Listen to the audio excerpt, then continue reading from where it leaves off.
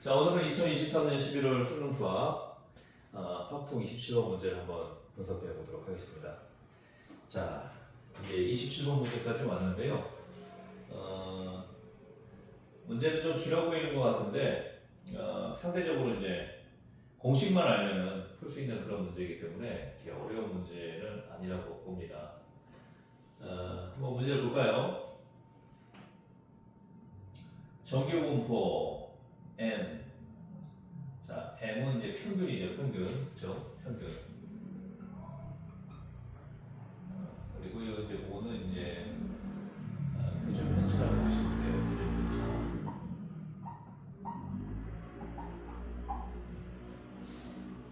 자, 평균이 m이고 표준 편차가 5예요. 5의 제곱이니까 이제 분산이 되는 거죠. 그렇죠? 표준 편차를 제곱했으니까.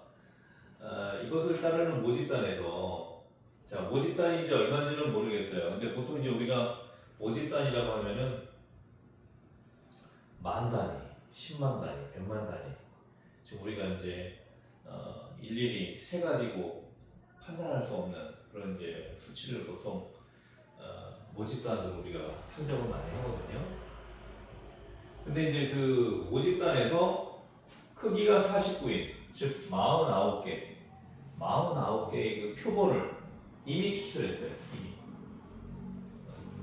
이미 추출하는 거니까 이제 그냥 추출하는 거죠, 그냥. 그렇죠? 그냥 손 닿는 대로. 그렇죠? 얻은 표본 평균이 x일 때, 자, 모집단이 있어요, 모집단. 자, 모집단이 이렇게 있단 말입니다, 모집단. 예를 들어서 그냥 만 개라고 할게요, 만 개. 모집단이 만 개. 여기서 이제 49개를 추출하는 거예요, 추출. 그 얘기입니다, 지금. 그럼 이제 여기서도 평균이 있을 거고, 그쵸? 분산이 5제곱이 되는 거죠, 그쵸? 그럼 요 49개도 평균이 있을 거 아니에요, 평균. 그쵸? 49개를 추출했더니. 그걸 이제 x바라고 하고요. 자, 여기는 이제 m이라고 하고, 여기는 이제 x바라고 했는데, 운 좋게도 평균이 동일할 수도 있고요. 그런데 이제 임의로 추출했으니까, 예를 들어서 이 만 개 중에서 평균이 m이라고 해서 다 m은 아니잖아요. 그렇죠? m보다 더 높은 것도 있을 수 있고, 그렇죠? 오히려 또 m보다 낮은 것도 있을 수 있고, 그걸 다 합쳐가지고 만 개로 나누다 보니까 그게 평균이 m이 된 건데, 이거를 이제 점수로 따지면요, 예를 들어서 뭐 평균이 70이에요. 학교 평균이 70점이에요. 그러면 공부를 잘하는 애들은 10점이 아니죠. 100점, 99점 이렇게 있죠. 그렇죠? 공부를 못하는 아이들은 뭐 1점도 있을 수 있고 빵점도 있을 수 있잖아요. 그렇죠? 전교생들의 점수를 일일이 다 나열하면은. 그렇죠? 그러면 그 전교생, 요거 이제 만 개라고 했는데요. 자, 전교생 중에서 그 임의로 이제 선발해가지고 49명을, 그쵸? 49명을 딱 선발했어요. 선발했는데 공부를 잘하는 애들만 선발한 거예요. 그럼 어떻습니까? 이 평균이 높아질 수밖에 없죠. 근데 선발을 했는데 다 점수가 낮은 학생들만 선발을 했어요. 그럼 평균이 당연히 떨어질 수밖에 없죠. 그쵸? 근데 운 좋게도 평균이 같을 수도 있죠. 임의대로만 선발했으니까 공부 잘하는 애, 못하는 애, 뭐 중간 정도 되는 애, 그렇죠? 이런 식으로 또 이제 선발해서 평균이 같을 수도 있는데 다를 확률이 더 많죠, 그렇죠? 또 똑같은 확률보다는 다를 확률이 더 많습니다. 자, 그래서 모평균은 M이에요. 자, 이제 어미 모자 써가지고 원래 모집단이니까 여기 모평균이 된 거죠, 그렇죠? 모평균. 자, 여기는 이제 표본이니까 표본 평균이 되겠죠, 그렇죠? 표본 평균. 네, 그런 이제 용어들만 좀 잘 알아두시면 될 것 같고요. 신뢰도 95%의 신뢰 구간이 자, 기본적으로 이제 모평균 우리가 알고 있잖아요, 그렇죠? M이라고. 그 모평균의 구간이 A에서 5분의 6A래요. 자, 이게 신뢰 구간이라는 게 뭐냐면요, 95%라고 그랬잖아요. 그럼 우리가 이거를 이제 표로 이렇게 그림을 그려보면요, 대체적으로 이제 이 평균 M을 기준으로 좌우 대칭이거든요. 좌우 대칭. 일반적으로 좀 그렇습니다. 일반적으로. 그래서 이 학교 성적으로 생각하시면 돼요. 학교 성적이 70점이다. 공부를 잘하는 아이들 당연히 극소수겠죠. 그렇죠? 근데 보통 이 평균을 중심으로 학생 수가 많고 평균에 멀어질수록 학생 수가 줄어들게 돼 있어요. 일반적으로 이제 그렇게 패턴이 나오는데, 요거를 이제 그 95% 신뢰 구간, 또 99% 신뢰 구간 이렇게 따지는데, 신뢰 구간이 길어지면 길어질수록 정밀도가 높다는 거죠. 정밀도. 그렇죠? 99% 신뢰 구간이다. 그러면 아까도 말한 것처럼 이 모평균이라는 게 이 표본 평균하고 일치할 수도 있지만 일치하지 않을 확률이 더 많거든요. 이런 경우들이 있기 때문에. 그렇기 때문에 그 신뢰 구간이라는 걸 그래서 상정을 하는 거예요. 이 적어도 이 평균이 70점이다. 이 70점이 실제는 이제 70점인데 공부 잘하는 애들만 뽑게 되면 뭐 예를 들어서 90점이 나왔다. 공부를 못하는 아이들만 뽑았다. 20점이 나왔다. 그러면은 어떻습니까? 점수 차이가 많이 나죠. 그렇죠? 그래서 20점이 나왔다, 90점이 나왔다 이러면은 이 표본 평균을 통해서 모평균을 추론해낼 수가 없잖아요. 쉽게 말하면 우리가 이 모평균을 그냥 M이라고 한 거는 뭐냐면요, 이거를 뭐 쉽게 말하면 여기는 10,000명이라고 할게요. 10,000명. 이 10,000명을 다 전수조사해가지고 평균을 낼 수도 있지만 모든 것을 다 그렇게 하려면은 시간과 인력이 많이 소모가 되죠. 일일이 다 찾아서 점수 매기고 또 그거 다 점수 받아서 평균 내려면, 그렇죠? 시간과 인력이 많이 들어간단 말이에요. 그렇기 때문에 그 10,000명 중에서 49명만 추출해가지고 뽑아가지고 평균을 내보는 거예요. 평균을. 근데 그 평균이 20점이 나왔다가 90점이 나왔다가 막 여러 번 하다 보면은 그 49명을 여러 번 뽑아보는 거예요. 선발을 할게요. 49명. 공부 잘하는 애만 뽑힐 수도 있고 공부 못하는 애만 뽑힐 수도 있잖아요. 그렇죠? 또 중간 정도 되는 아이들이 많이 뽑힐 수도 있고, 그렇죠? 그럼 평균이 막 제각각으로 나오겠죠. 막 20점이 나왔다가 뭐 40점이 나왔다가 60점이 나왔다가 뭐 80점이 나왔다가 90점이 나왔다가, 그렇죠? 그걸 이제 여러 번 하다 보면은 70점에 근접한 값들이 나온다는 겁니다. 그러니까 많이 하면 그게 대수의 법칙이거든요. 많이 하면 많이 할수록 어떤 일정한 값에 수렴하는 그런 현상이 발생해요. 그래서 이제 우리가 이 10,000명을 다 전수조사하지 않고도 평균이 어느 정도 구간에서 형성되겠다. 그게 이제 신뢰 구간이거든요. 신뢰 구간. 그럼 95%보다는 99%가 100%는 될 수가 없죠. 100%를 하려면 전수조사를 해야 되는 거니까. 그렇죠? 그러니까 99%라는 것은 그만큼 100% 전수조사하는 거에 근접하다는 얘기고 95%는 5%의 오차가 생길 수 있다는 거예요. 5%에. 그런 개념으로 이제 이해를 하시면 돼요. 그래서 우리가 이제 이 모평균이 A하고 5분의 6A 그 사이에 있을 것이다. 이렇게 이제 추론을 하는 거예요. 추론을. 그러니까 이제 모평균을 확실하게 구할 수는 없는 거죠. 전수조사하지 않는 이상. 그렇죠? 그래서 이제 그런 개념으로 좀 이해하시면 될 것 같고요.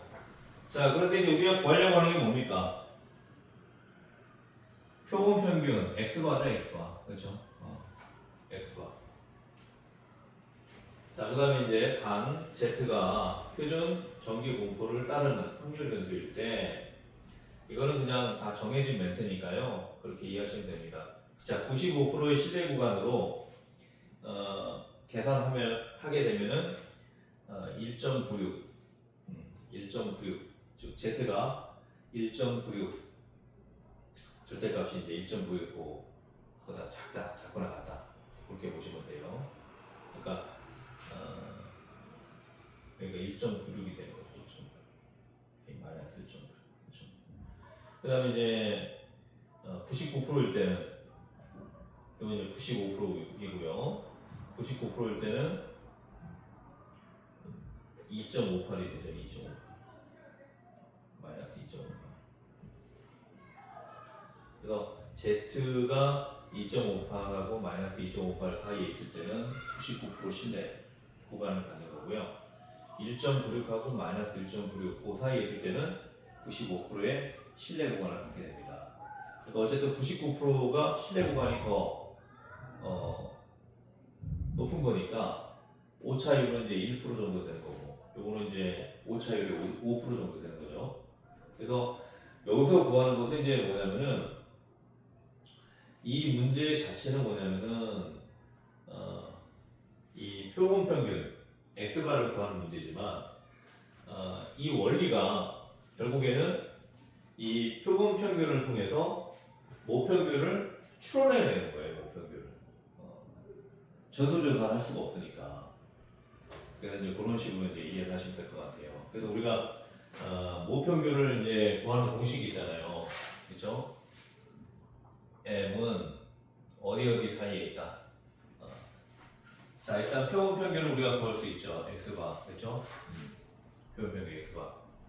거기에다가 95% 신뢰 구간이니까 1.96을 곱하고 루트 n분의 시그마를 곱해주면 됩니다. 요건 이제 공식이죠, 공식. 그렇죠? 그 다음에 표본 평균 X바에다가 이번엔 더해요. 1.96 곱하기 루트 n분의 시그마.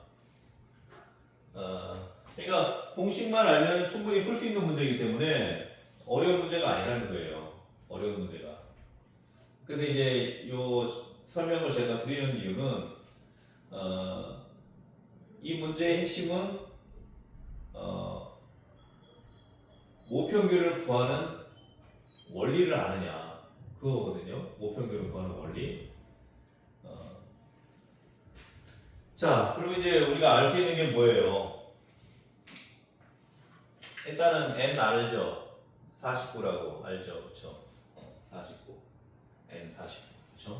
n 49 그리고 얘가 이제 시그마잖아요. 시그마 그쵸? 시그마 5 그쵸? 5 그리고 x바도 우리 모르죠. 그쵸? x바도 모르죠. x바를 구해야 되는 건데 x바를 몰라요. 근데 이제 얘가 결국에는 요거라는 거거든요. 그러면 여기가 A라는 거고 여기가 5분의 6A라는 거예요. 그쵸? 그러면 A도 모르는데 X바는 어떻게 구하느냐? X바를 구하려면은 기본적으로 이제 요 루트 N하고 시그마는 값이 숫자로 나오잖아요. 그렇죠? 숫자로 나오니까 결국에는 X바하고 A와의 관계식이 나오게 되거든요. 그러면 첫 번째 식, 두 번째 식 하고 해서 연립을 하면 되는 거죠. 연립. 그렇죠? 그럼 먼저 뭐 X바를 없애든 뭐 A를 없애든 해가지고 연립을 하면은 풀 수 있는 문제라는 겁니다. 자, 그럼 일단 한번 식을 세워볼까요? 자, A는 X바 마이너스 자 1.96 곱하기 자 루트 49니까 7이 되죠. 7 그렇죠? 7분의 5 이렇게 되는 거예요. 7분의 5 그리고 두 번째 식은 자 여기 이제 1번 식이고요. 두 번째 식은 5분의 6a예요. 5분의 6a가 x바 플러스 1.96 곱하기 7분의 5 이렇게 되는 거죠. 그렇죠? 7분의 5 그래서 이제 이 공식만 정확하게 알고 있으면 된다는 거고 자 1번, 2번 연립하면 되는 거죠. 그렇죠?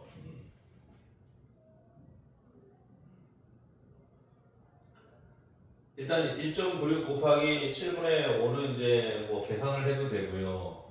나중에 이제 뭐 해도 되는데 일단은 이제 1.96 곱하기 7분의 5를 계속 써주면은 그 자체가 좀 시간 낭비가 될 수 있죠. 그래서 이거 한번 좀 계산을 먼저 해볼게요. 1.96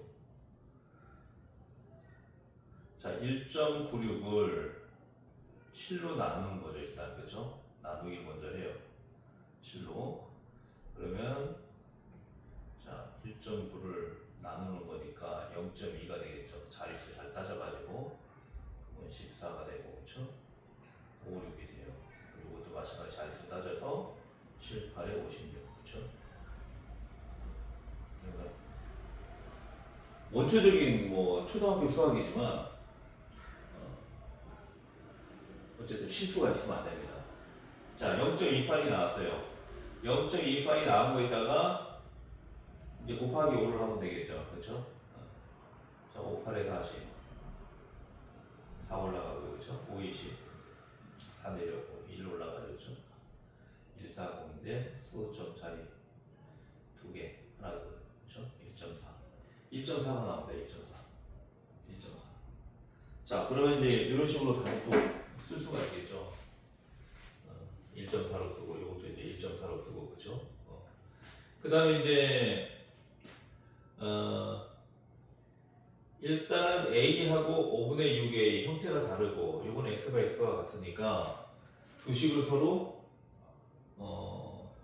1번에서 2번을 빼주면 되겠죠. 근데 이제 5분의 6A가 A보다 크니까 2번에서 1번을 빼주는 게 낫겠죠. 그렇죠? 2번에서 1번을 그렇죠? 2번에서 1번을 그러면 여기는 5분의 A만 남고요. 그렇죠? 자면은 X가 X가 없어지죠. 그 다음에 요거는 이제 1.4 1번을 2번에서 1번을 뺐으니까 여기는 이제 빼기가 되면서 플러스가 되죠. 그렇죠? 그러면 1.4 더하기 2.8이 되는 거죠. 그렇죠? 그러면 요것도 A는 5 곱하기 2.8이 되니까 얼마가 되나요?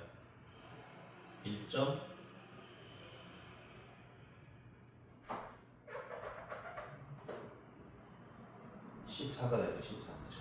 14. 14. 자, 그래서 A가 14가 나왔어요. A가 14가 나왔으니까 이제 뭐 X가 구하는 거는 이제 어렵지 않죠. 그렇죠? 자, A가 14니까 1번식에 이제 집어넣으면 14는 X바 빼기 2.4죠. 그렇죠? 어떻게 돼요? X바는? 자, 마이너스 1.4 넘어가니까 플러스 2.4죠. 14 더하기 1.4가 되니까 15.4가 되겠죠. 그렇죠? 자, 그래서 답이 이제 15.4가 되는 건데요. 15.4. 어려운 문제는 아니죠. 그렇죠? 어려운 문제는 아닙니다. 제가 이제 이제 99%도 나올 수 있죠. 그럼 2.58을 여기다가 곱하면 되는 거고, 그렇죠? 그리고 이제 이 공식이 뭐냐면은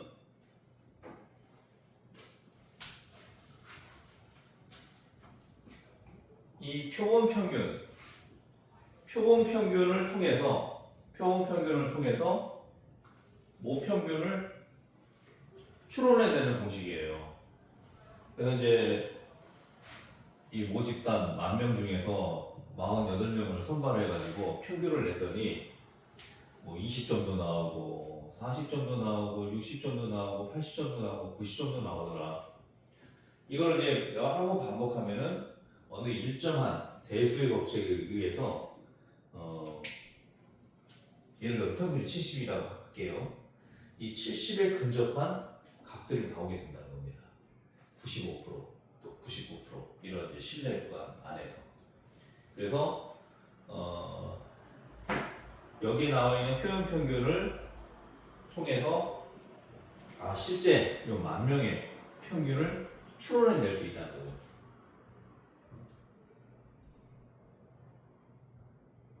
예를 들어서 만약에 모평균이 실제 전수조사했더니 70점이 나왔어요. 그럼 여기서는 69점, 70점, 71점 요 사이에서 표본 평균이 나온다는 거죠. 그런 원리를 이제 문제를 풀어내는 거예요. 그래서 이 공식 정확하게 좀 익혀두시고요. x바를 구하는 게 문제이긴 한데 이 공식의 핵심은 x바를 구하는 게 아니고 x바를 통해서 x바는 이제 구할 수가 있어요. x바는 구할 수가 있어요.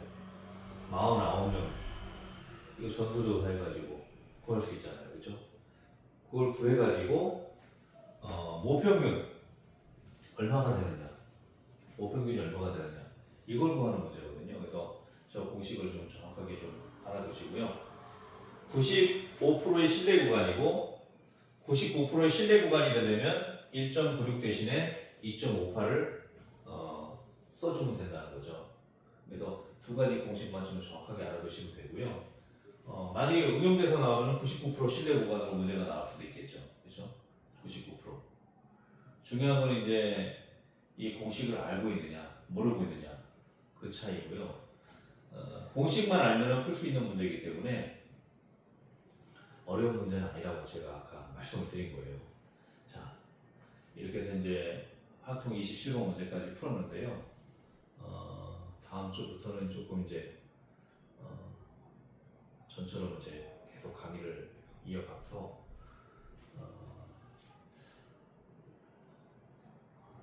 9월 안에는 이제 끝날 수가 있겠죠, 그렇죠? 이제 세 문제 정도 남았으니까 28, 29, 30, 그렇죠? 그렇게 해서 이제 수학은 마무리 짓고 지금 이제 영어가 조금 이제 전에 영어 문법 그 강의를 하면서 수능 영어를 좀 강의가 늦게 시작되는 바람에 어제까지 한 27번 했죠, 그렇죠? 네, 리스닝하고 독해 이거 이제 해서 하면은 늦어도 이제 한 10월 그 안에는 이제 끝날 수 있을 것 같습니다. 아무튼 최대한으로 좀 스포트를 내 가지고 수능 보기 전에는 완벽하게 정리가 될 수 있도록 그렇게 만들어 놓을 생각이니까 이런 시험 문제 같은 거는 공식만 정확하게 좀 알아가지고 실수 없이 풀어낼 수 있도록 그렇게 좀 해주시고 이런 거 이제 계산하는 거 간단한 거지만은 다시 한번 좀 점검을 해서 실수가 나오지 않도록 그렇게 좀 해두시면 좋을 것 같아요. 그리고 사람들이 이제 실수를 많이 하는 이유는 뭐냐면요, 이런 이제 좀 자주 쓰지 않는 그런 이제 식들이 나오면은 당황하게 되거든요. 어쨌든 이제 많은 그 문제들을 풀게 되면은 실전 경험이라는 게 좀 생기기 때문에 실수가 많이 줄어들게 되는데요. 결국에는 이제 많이 풀어봐야 돼요. 문제를 많이 풀어보고 또 우리가 이제 이 수능이라는 것은 모의고사도 보고 그러잖아요. 그래서 공부의 포커스가 실제 나왔던 수능하고 모의고사 이거를 계속 반복해서 풀어보는 게 가장 좋습니다. 왜냐하면 내가 수능을 통해서 평가를 받고 모의고사를 통해서 평가를 받는 거잖아요. 그런데 공부는 다른 교재를 해요. 그럼 조금 핀트가 벗어나는 거거든요. 그래서 공부의 이제 기본은 뭐냐면 내가 평가받고 있는 시험지, 수능 시험지, 모의고사 시험지 그걸 우선적으로 마스터하는 게 좋습니다. 그리고 나서 여력이 되면은 또 다른 책을 보고 뭐 EBS 책도 보고 또 다른 교재도 보고 그렇게 하면 되는데 이 수능에 나왔던 문제하고 모의고사에 나왔던 문제를 다 풀지 않고 다른 교재를 먼저 하게 되면요 공부를 해도 그렇게 성적이 잘 나오지 않을 거예요. 왜냐하면은 실제 출제됐던 문제들을 우선적으로 공부를 해두는 게 점수 올리는 확률이 높아지는 거거든요. 그래서 제가 지금 이제 수능 강의만 하는데 사실 이제 모의고사도 좀 강의를 해주고 싶지만 좀 시간적으로 좀 제가 학원 운영도 하고 또 가르치기도 하고 그러다 보니까 모의고사까지는 지금 이제 강의를 하지 못하는데 수능에서 문제 풀었던 이제 이런 방식대로 모의고사도 하나하나씩 접근해서 풀게 되면은 충분히 풀어낼 수가 있어요. 그래서 안 풀리는 것들은 이제 저한테 질문을 하고요. 그러면 제가 또 필요한 문제들만 또 모의고사라도 또 강의를 해낼 수가 있는 거니까 어쨌든 수능하고 모의고사 문제를 적어도 3년치를 다 풀어보는 게 좋습니다. 뭐 영어 수학뿐만 아니라 국어도 그렇고요. 한국사, 뭐 사탐, 과탐, 또 외국어까지 내가 봐야 할 그런 이제 과목들은 다 볼 필요가 있어요.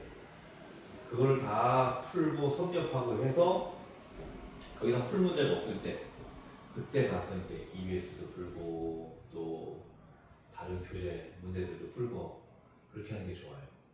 그래서 중요한 거는 현재 출제되고 있는 문제들 그것들을 우선적으로 내 것으로 만드는 게 좋다. 자, 그렇게 해서 이제 그 시험 준비하는 또 성적을 올리는 그런 이제 방법들에 대해서 또 간략하게 설명을 드렸는데요. 어쨌든 시험 문제들 절대 실수하지 말고 반드시 맞출 수 있도록 하시고요. 그리고 또 정해진 시간 안에 풀어야 되니까 최대한으로 빨리 풀어낼 수 있도록 그렇게 자꾸 쓰는 것부터 해가지고 계속 연습을 해야 됩니다. 자, 오늘 강의는 일단 여기까지 하도록 하고요. 주말 잘 보내시고 또 다음 주에는 또 새로운 내용으로 찾아뵙도록 하겠습니다. 고맙습니다.